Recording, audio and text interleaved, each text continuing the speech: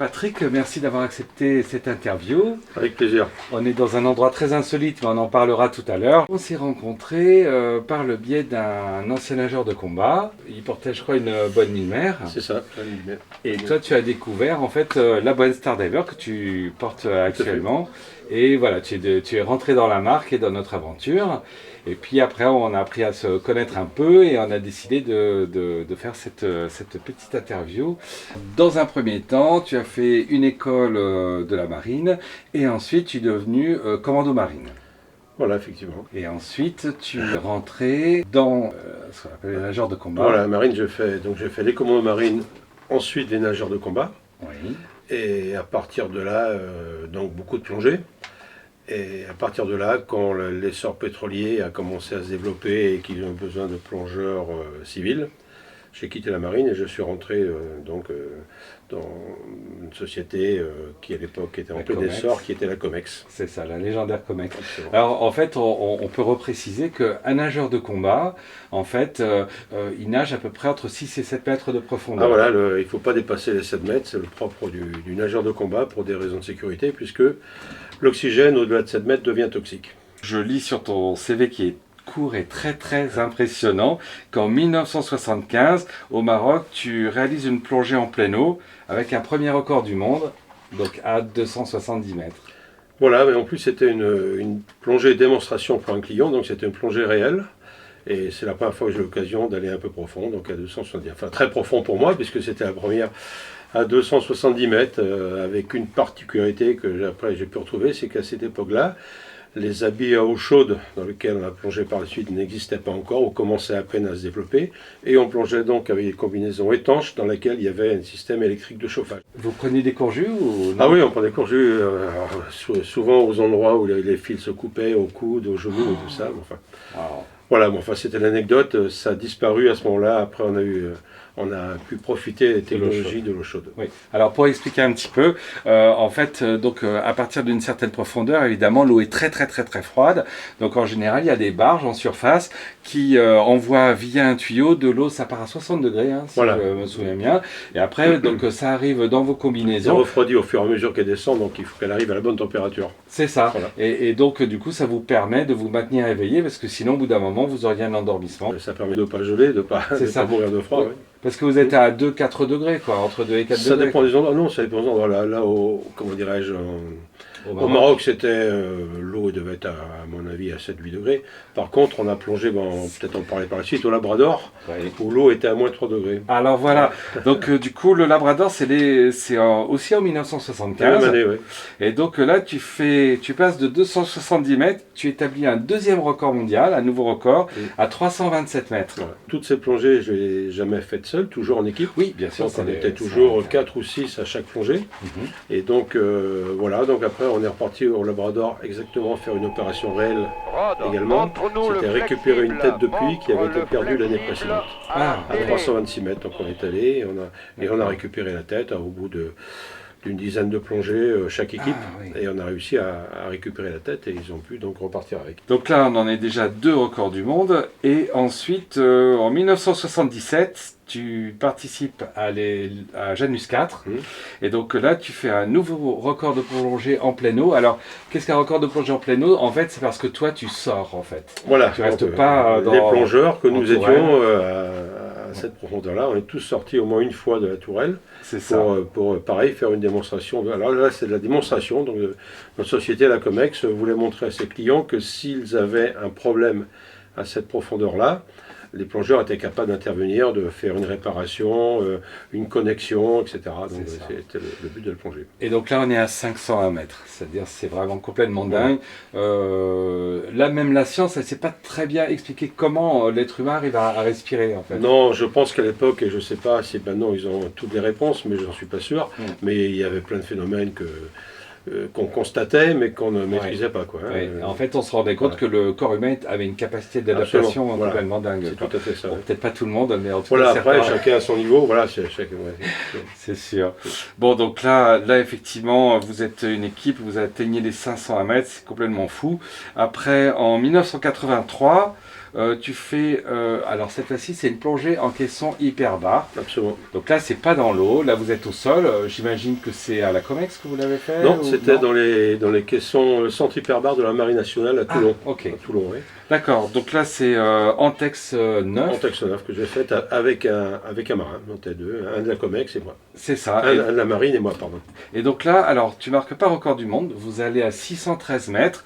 On est en 1983, donc 10 ans avant le record de Théo Mavrostomo, Voilà, je crois. oui, C'est 93. Oui, c'est ça. Donc en 1983, tu fais 613 mètres. Tout à fait. Et donc on se demandait finalement si à l'époque c'était déjà un record du monde ou pas. C'est pas impossible, mais C'est je pas ne suis pas impossible. sûr, oui, tout à fait, oui. En fait, il y avait 3 caissons. Un dans lequel on vivait, on n'était que 2. Un dans lequel on vivait, l'autre dans lequel qui servait de vestiaire, de toilette et tout, et qui communiquait avec un 3e caisson qui était dessous, donc, qui était rempli d'eau, dans lequel on plongeait tous les jours pour aller travailler. Ah oui, Ça d'accord. concerne- On travaillait Alors, tous les jours dans l'eau quand même. Par contre, Mais dans l'eau d'un caisson, pas dans l'eau de plein air. oui, oui, très bien. Ok, ça je les ai vus en allant visiter Hydra. Exactement. Donc en 1988, là tu fais Hydra 8. Voilà, Et là c'est à nouveau une plongée en pleine eau, c'est-à-dire à la profondeur, absolument. et tu sors. C'est-à-dire que là on est donc en mer comme tous tes précédents records du monde, puisque là tu bats donc avec une équipe, hein, bien Oui, sûr, bien vous sûr, êtes une oui. équipe, mais vous battez le nouveau record du monde qui Voilà. est toujours en vigueur. Tout à fait. Et là on est à 530 mètres. En fait, ce dont on ne parle pas sur un CV, c'est que c'est la différence de confort entre la plongée à l'hélium à 500 mètres et la plongée, comment dirais-je, à l'hydrogène, à l'hydroliox, Ouais, l'hydroliox, qui a totalement changé la façon d'être dans les caissons et c'est ça. qui a amélioré notre condition de vie, nos conditions de vie dans les caissons et dans le travail. Voilà. Et on m'a parlé de cette sensation d'air qui serait presque qui deviendrait presque une matière tellement c'est Ah, pressurisé, quoi. c'est le gaz qu'on respire, quand on ouvre une vanne dans le caisson, on le voit couler comme de l'eau, tellement il est dense. Oh là, Ça, on dirait de l'eau qui coule, on met la main, c'est du gaz. ouais. Et voilà, il y a cette sensation. Ce qui fait qu'on ne peut pas aller beaucoup plus loin parce qu'on n'a plus la forme. Alors, pour ces plongées-là, on a fait de l'entraînement spécifique pour se muscler la poitrine, Oui. style faire du sport, du vélo et toutes sortes de sports, en respirant dans un tuyau qui a 8 mm de diamètre, un oui. peu une cigarette ou bien C'est un ça. stylo bic, on dirait. Pour Et vous donc, contraindre, On a ouais, fait l'effort pendant des mois comme ça pour muscler la pour poitrine. muscler. Mais il arrive un moment où c'est tellement dense que malgré tout. De toute façon, que ce soit les records comme celui de Théo ou les vôtres, ils seront a priori pas battus parce qu'aujourd'hui les robots ont remplacé l'humain. Voilà, Donc on utilise beaucoup les ROV tout simplement, quoi. ils seront peut-être battus, mais enfin pas si c'est fait, ils auront trouvé d'autres raisons de repartir au fond. En 1990, qui nous amène à ce lieu, puisque ce lieu, donc c'est un sous-marin qui s'appelle le Saga. Donc si vous faites des recherches sur internet, vous verrez que c'est un sous-marin qui a été débuté par le commandant Cousteau, qui ensuite a été racheté par l'État, c'est bien ça. Par la COMEX. À part la COMEX et l'État. Aidé par l'État, ouais. Voilà, aidé par l'État, donc c'est un projet qui a coûté très très cher, mais qui a permis d'envoyer un sous-marin, je crois qu'il pouvait descendre à 500, c'est ça dans ces Il eaux-là a été testé à 600 mètres. Jusqu'à 600 à l'homologation. Et donc il y a eu, pour homologuer ce sous-marin, justement, il avait un dispositif qui permettait de faire sortir des plongeurs par une trappe. Toi, tu as fait partie des plongeurs qui sont Voilà, sortis. j'ai eu la chance de faire partie de l'équipe qui a fait les premières, les seules plongées à partir de ce sous-marin d'ailleurs. C'est ça. Sous-marin qu'on appelle crash plongeur, c'est le terme pour sous-marin qui se pose sur le fond, il ouvre une trappe et les plongeurs vont travailler Oui, à côté du sous-marin. L'avantage c'est que on vous apportez tout l'intendance à côté du lieu de travail. c'est ça. Hein. Donc toi, tu as fait une sortie à 300 mètres de profondeur. Voilà, de on ce a travaillé soir. d'abord à Monaco, on a travaillé à Monaco pendant quelques jours sur un chantier réel, c'est-à-dire la réparation d'un pipe au large de Monaco. Et ensuite, on a fait une sortie à 300 mètres aussi, en revenant de Monaco vers Toulon. D'accord. Et Très bien. malheureusement, après, le sort du sous-marin était un peu, comment dirais-je, fixé par le développement des ROV et C'est ça. qui a commencé à... Voilà. Donc aujourd'hui, ce sous-marin, on peut le visiter, il faut le dire pour les Marseillais. Donc à l'Estac, vous avez la possibilité de faire la visite de ce sous-marin. Et vraiment, c'est incroyable. Et en plus, ici, il y a une équipe de passionnés qui ont vécu l'histoire du Saga et qui se feront un plaisir de tout vous expliquer. Donc là, Patrick, on est à l'intérieur du Saga. Et là, c'est le poste de pilotage. Exactement, poste du pilotage du Saga, qui d'ailleurs, je précise, le commandant du Saga, c'était aussi un ex-nageur de combat. Ah, d'accord, Un officier super. nageur de combat qui était à cette place-là pendant les déplacements. Très bien. Est-ce que tu peux nous emmener jusqu'à ta cellule d'habitation? À l'arrière, oui. Alors tout ce qui est plongée se trouve à l'arrière du bateau, à l'arrière du sous-marin. Je te suis. On va passer par le compartiment propulsion. Ça, c'est la salle des moteurs. C'est-à-dire la salle des moteurs avec le Stirling et le diesel qui est Donc dessus. ça, ce sont les moteurs, deux moteurs Stirling, 75 chevaux chacun, si j'ai bien retenu ce qu'on m'a expliqué. Donc ce sont des moteurs qui tournaient en circuit fermé. Voilà, alors là, cette trappe qu'on voit ici servait à rentrer tout ce qui était à l'intérieur du sous-marin. Et quand les pièces étaient plus grosses que la trappe, et ben, elles étaient coupées et ressoudées Absolument. ensuite. Là, les postes de communication, ok, toutes les machineries. Alors là, voilà, là on est... Là, on arrive dans le contrôle plongée. Alors, c'est ici que deux chefs de plongée s'occupaient des plongeurs qui étaient dans les caissons qui se trouvent derrière moi de l'autre côté du sas. Ok, donc là on voit les caissons.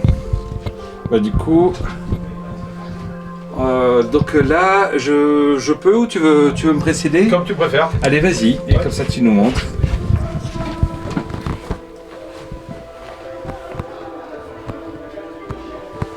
Petit espace. Ah, c'est sûr que je passe moins vite qu'il y a 40 ans.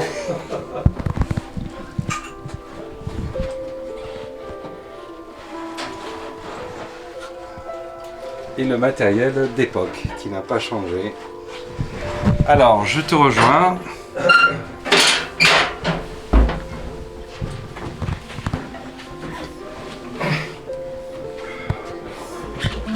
Donc ici, on arrive dans le compartiment plongeur. Donc ici, on était 4 plongeurs enfermés et saturés donc sous pression à la profondeur de l'intervention qui a été à peu près de 300 mètres.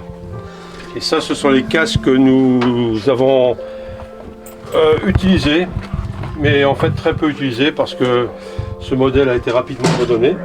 Oui, du fait qu'il déformait. Le fait que ce soit une sphère, malgré la technologie actuelle, déformait la vision et donnait le vertige. D'accord. Alors ça, c'est un recycleur. Donc, c'est Exactement, quelque oui. chose qui permet en fait de recycler Une partie les- des gaz consommés. Voilà, des gaz consommés et d'en enlever le dioxyde de carbone Absolument. grâce à un filtre de chaux sodée. Voilà, et qui permettait donc d'économiser un peu les gaz. Alors Patrick, on est sorti du sous-marin il y a déjà quelques semaines. Tout à fait. Maintenant c'est les cigales, même si le ciel est un peu voilé. Il nous reste à parler un petit peu de la Boeing Stardiver, qui c'est peut-être notre modèle le plus axé vers les professionnels. Et toi, en tant que professionnel, j'aimerais savoir un petit peu quel est ton ressenti sur la montre. Bon, en tant qu'ex-professionnel, ça fait quelques temps que j'ai arrêté, mais enfin je plonge encore un peu et j'ai le plaisir de la voir et d'en profiter. Écoute, d'abord elle est belle déjà, il faut commencer par le début. Et puis elle est lisible, enfin pour moi elle présente plein de qualités et plein d'avantages. Déjà, a priori, cette montre elle a un design assez particulier qu'on n'avait pas revu depuis très longtemps et qui, ma foi, me plaît beaucoup. Alors effectivement, ça date à peu près des années 70, la fameuse Omega Ploprof. Je ne sais pas si vous en avez eu, vous, en plongée, c'était plutôt les Rolex. Hein, Nous, c'était le Rolex. Oui. C'est ça, l'Omega Ploprof, c'est peut-être le modèle le plus extrême qu'il y ait eu dans la montre de plongée. Et là, c'est le pari que nous, on a pris avec la Stardiver.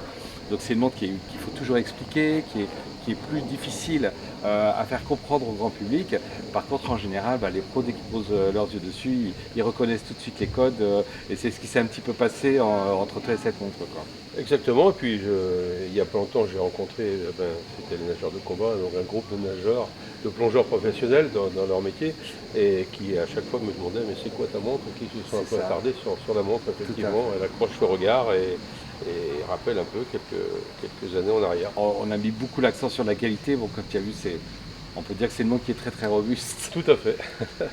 Et qui peut bien supporter. Alors toi, tu la portes plus avec le bracelet acier ou avec le bracelet silicone? Eh bien, figure-toi qu'il y a 2 jours, je voulais mettre le bracelet à silicone, Et puis je me suis dit peut-être qu'on va le garder encore un peu, j'attendais de savoir, donc mais je vais le silicone bientôt. Eh ben si tu veux, je vais te l'installer avant de repartir. J'y avais même pensé, figure-toi. C'est ce qu'on va faire. Tu feras plus vite que moi. Parfait. Bon, au niveau lecture, tout ça, pour toi, elle correspond bien aux standards Tout à des fait, tout à fait. professionnels. Et bon, je l'ai déjà dit, mais le coup des 3 dates, c'est super. Et au niveau lecture, pour le reste, c'est vraiment, ça saute aux yeux. La soupape qui sort sur le côté, d'ailleurs je me posais la question, pourquoi sort-elle sur le côté de la montre? Alors, elle sort du côté parce que on avait un problème de, comme le boîtier est assez plat pour une montre étanche à 1000 mètres, on n'avait pas la place de la rentrer dans la carène. D'accord. Et du coup, on a été obligé de l'externaliser. Depuis, d'ailleurs, on a réussi à développer des soupapes fiables et plus petites qui sont installées sur la Grande Marine et qui seront installées sur un projet futur d'une autre montre à 1000 mètres, où d'ailleurs, normalement, on devrait produire d'ici quelques temps la montre étanche à 1000 mètres la plus plate au monde. Comme tu le sais, la 600 mètres, notre prochaine, c'est déjà la 600 mètres la plus plate au monde. Ouais, on arrive à faire ce genre de choses. Et la boucle au niveau du réglage, tu as... Alors, c'est très simple, depuis que je l'ai, j'y ai pas touché. Tout Ah, va très très bien, bien. donc le réglage au départ était parfait, donc ça marche très bien, et puis très facile à régler. Et on la met vraiment à la pression qu'il faut, quoi. Parfait. Bah, Patrick, je te remercie. Je t'en Et prie. puis bah, l'aventure continue. Tout le plaisir est pour moi, il n'y a pas de problème. Merci bien.